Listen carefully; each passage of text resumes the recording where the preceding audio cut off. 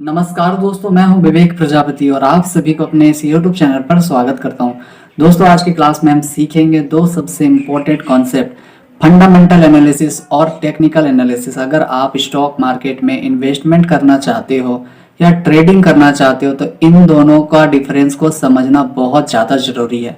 आज मैं आपको एकदम आसान लैंग्वेज में बताऊंगा कि फंडामेंटल एनालिसिस क्या होता है, टेक्निकल एनालिसिस क्या होता है और इन दोनों के बीच का डिफरेंस क्या होता है। तो चलिए दोस्तों, फटाफट से क्लास को शुरू करते हैं। मैं बता दूं कि क्लास नंबर हमारा 13 है और अब तक आपने हमारे पिछली क्लासेस को नहीं देखे हैं तो आप हमारे चैनल पर जाइए, जहां आपको स्टॉक मार्केट 2.0 का प्लेलिस्ट बना हुआ मिलेगा। आप वहां से 1 क्लास से लेकर इस क्लास तक की वीडियो को बहुत ही आसान तरीके से देख सकते हैं, सीख सकते हैं। तो चलिए दोस्तों, फटाफट से क्लास को शुरू करते हैं। तो चलिए दोस्तों, फटाफट से क्लास को शुरू करते हैं और आज का टॉपिक है फंडामेंटल वर्सेस टेक्निकल एनालिसिस। आखिर ये दोनों होते क्या है और इन दोनों के डिफरेंस क्या है, बिल्कुल आसान तरीके से हम समझेंगे। तो सबसे पहले हम बात करते हैं what is a fundamental analysis.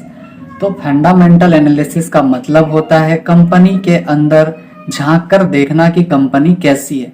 आसान भाषा में अगर हम बात करें तो कंपनी का बिजनेस, पैसा, डेब्ट, प्रॉफिट, मैनेजमेंट सब कुछ स्टडी करना होता है। ठीक है, तो फंडामेंटल एनालिसिस में हम चेक करते हैं कि कंपनी क्या बनाती है, कंपनी कितना प्रॉफिट कमा रही है, कंपनी पर कितना डेब्ट है, कंपनी का फ्यूचर कैसा है, मार्केट में कंपटीशन कितना है, कंपनी की मैनेजमेंट स्ट्रॉन्ग है या नहीं है।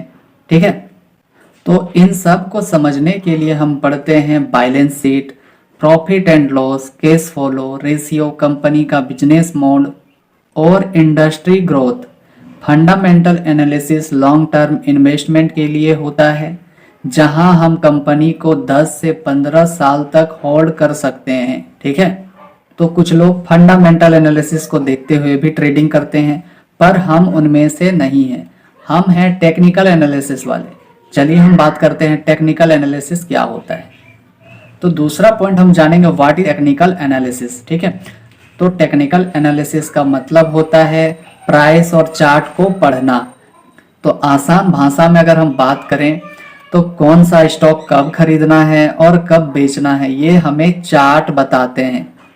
ठीक है, टेक्निकल एनालिसिस में हम स्टडी करते हैं price, volume, support and resistance, trend lines, chart patterns, indicators जैसे RSI, MACD, मूविंग एवरेज वगैरह। ठीक है, कैंडल स्टिक पैटर्न्स। तो यह कुछ चीजें हमें पढ़ना होता है टेक्निकल एनालिसिस के अंदर में। ठीक है, जो हम आने वाली क्लासेस में एक एक पॉइंट, एक एक चैप्टर बहुत ही आसान तरीके से समझने वाले हैं। ठीक है, तो टेक्निकल एनालिसिस ट्रेडर को बताता है कि एंट्री कहाँ पर लेनी है और एग्जिट कहाँ करना है, स्टॉप लॉस कहाँ लगाना है, ट्रेंड बुलिश है या फिर बेरिश है। तो ये सब एक ट्रेडर को कौन बताता है, तो यहाँ टेक्निकल एनालिसिस बताता है। ठीक है, इतनी बात क्लियर है। तो टेक्निकल एनालिसिस शॉर्ट टर्म के लिए होता है। अब शॉर्ट टर्म में क्या क्या आते हैं, तो इंट्राडे ट्रेडिंग है, स्विंग ट्रेडिंग है और शॉर्ट टर्म ट्रेडिंग है। ठीक है, ये आने वाली क्लासेस में हम इनको भी बहुत ही आसान तरीके से सीखने वाले हैं कि इंट्राडे कैसे करना चाहिए, स्विंग ट्रेडिंग क्या होती है और शॉर्ट टर्म ट्रेड्स क्या होते हैं। ठीक है, उम्मीद है आपको इतनी बात बहुत ही आसान तरीके से समझ में आई होगी। चलिए आगे देखते हैं। तो तीसरा पॉइंट हम जानेंगे difference between fundamental and technical analysis. ठीक है, तो फंडामेंटल एनालिसिस एक साइड है और दूसरा साइड क्या है, टेक्निकल एनालिसिस। बेस की अगर बात करें तो फंडामेंटल के अंदर हम क्या देखते हैं, तो कंपनी के अंदर की स्थिति को हम देखते हैं फंडामेंटल एनालिसिस के अंदर। ठीक है, और टेक्निकल की अगर बात करें तो इसमें हम देखते हैं प्राइस, चार्ट और ट्रेंड। ठीक है, टाइम फ्रेम की अगर बात करें फंडामेंटल में तो इसमें लॉन्ग टर्म इन्वेस्टमेंट के लिए सबसे परफेक्ट माना जाता है और शॉर्ट टर्म इन्वेस्टमेंट के लिए टेक्निकल एनालिसिस को माना जाता है। वहीं अगर यूज की बात करें तो फंडामेंटल में इन्वेस्टमेंट होता है। ठीक है, और टेक्निकल में होता है ट्रेडिंग। ठीक है, चेक क्या होता है इसमें, तो प्रॉफिट, डेब्ट, मैनेजमेंट, बैलेंस शीट वगैरह देखते हैं फंडामेंटल के अंदर। और वहीं टेक्निकल के अंदर हम क्या देखते हैं, प्राइस, वॉल्यूम, चार्ट और पैटर्न।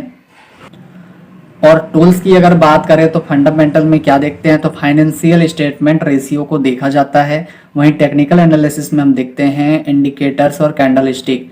गोल की अगर बात करें तो वैल्यू को समझना होता है फंडामेंटल में, और टेक्निकल में किसको समझते हैं, तो टाइमिंग को समझना बहुत इंपॉर्टेंट होता है। ठीक है, इतनी बात क्लियर है। तो अगर आसान भाषा में हम बात करें तो फंडामेंटल एनालिसिस में क्या देखते हैं कि कंपनी कैसी है, और टेक्निकल एनालिसिस में हम देखते हैं कि स्टॉक का प्राइस किस डायरेक्शन में जा रहा है। ठीक है, इतनी बात समझ में आई। चलिए आगे देखते हैं। चौथा पॉइंट हम जानेंगे फंडामेंटल एनालिसिस किसके लिए है, तो लॉन्ग टर्म इन्वेस्टर के लिए है, म्यूचुअल फंड इन्वेस्टर के लिए है, वेल्थ क्रिएशन करने वाले लोगों के लिए है, और सेफ एंड स्टेडी रिटर्न्स चाहने वाले के लिए है। ठीक है, तो इन सब के लिए ये बहुत ज़्यादा परफेक्ट है।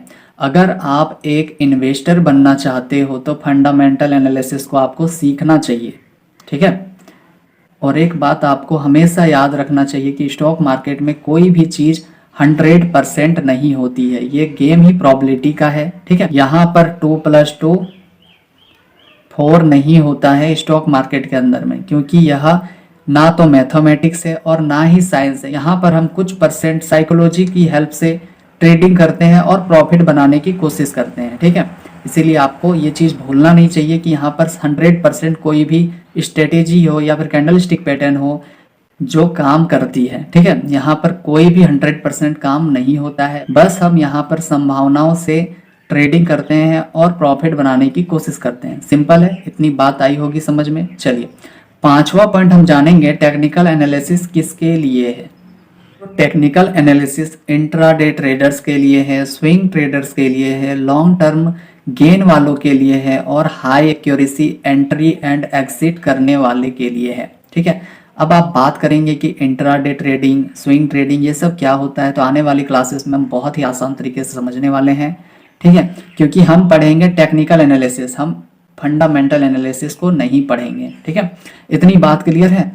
तो सिंपली आपको अगर ट्रेडर बनना है तो आपको टेक्निकल एनालिसिस को सीखना चाहिए। ठीक है, जैसा कि मैंने बताया कि अगर आपको एक इन्वेस्टर बनना है तो फंडामेंटल को सीखना चाहिए, और अगर आपको एक ट्रेडर बनना है तो टेक्निकल को सीखना चाहिए। ठीक है, छठा पॉइंट हम जानेंगे रियल लाइफ एग्जाम्पल। ठीक है, तो सबसे पहले हम जानेंगे एग्जाम्पल 1 फंडामेंटल इन्वेस्टर। तो मान लीजिए कोई नाम है, चलिए किसका नाम ले लेते हैं, रमेश है। ठीक है, रमेश ने कंपनी का बिजनेस को पढ़ा, तो उसको पता चला कि कंपनी जो है कम डेप्ट, हाई प्रॉफिट और स्ट्रॉन्ग मैनेजमेंट वाली है। ठीक है, तो वो जो है स्टॉक्स को 10 साल के लिए होल्ड करता है। तो रमेश जो है तो वह एक फंडामेंटल इन्वेस्टर हुआ। ठीक है, बात क्लियर है। दूसरा पॉइंट हम जानेंगे टेक्निकल ट्रेडर।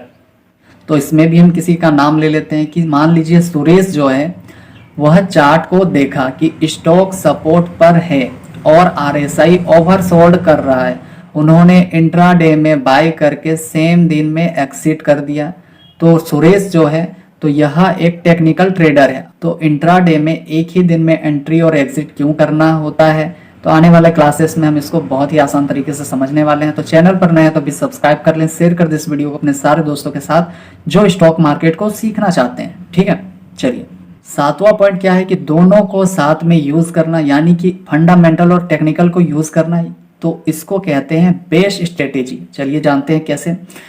तो मेरी बात ध्यान से सुनना कि फंडामेंटल एनालिसिस को आप स्टॉक चुनने के लिए यूज कर सकते हैं, और टेक्निकल एनालिसिस को आप सही टाइम पर एंट्री और एग्जिट करने के लिए यूज कर सकते हैं। ये हमेशा स्मार्ट लोग करते आए हैं। ठीक है, एग्जाम्पल के लिए हम बात करते हैं कि आपने HDFC बैंक को फंडामेंटल से चुना, बट एंट्री तब की जब टेक्निकल चार्ट ने कंफर्मेशन आपको दिया। ठीक है, इससे रिस्क कम होता है और रिटर्न्स बढ़ते हैं। ठीक है, इतनी बात क्लियर है फाइनल। तो दोस्तों आशा करता हूं कि अब आपको फंडामेंटल एनालिसिस और टेक्निकल एनालिसिस का फर्क पूरी तरह से समझ में आया होगा। अगर आप लॉन्ग टर्म इन्वेस्टर हो तो फंडामेंटल को सीखना चाहिए, अगर आप ट्रेडिंग में हो तो टेक्निकल को सीखना चाहिए। अगर आप दोनों चीजें सीख ली तो आप मार्केट में अनबीटेबल हो जाओगे। अगर वीडियो अच्छा लगा हो तो प्लीज़ ज़्यादा से ज़्यादा शेयर करें, सब्सक्राइब करें नए हैं चैनल पर तो, और अपने सारे दोस्तों के साथ शेयर कीजिए। तो चलिए दोस्तों आज के लिए इतना ही था। हम मिलते हैं आप सभी से अगली क्लास में एक नए टॉपिक के साथ। तब तक के लिए आप सभी का बहुत बहुत धन्यवाद, और प्लीज़ जितना हो सके सपोर्ट कीजिए, शेयर कीजिए ज़्यादा से ज़्यादा इस वीडियो को, ताकि बाकी लोग भी स्टॉक मार्केट को बहुत ही आसान तरीके से सीख सकते हैं। तो चलिए दोस्त, हम मिलते हैं आप सभी से अगली क्लास में। तब तक के लिए आप सब अपना ध्यान रखें और रिवीजन करते रहें, नोट्स बनाते रहें।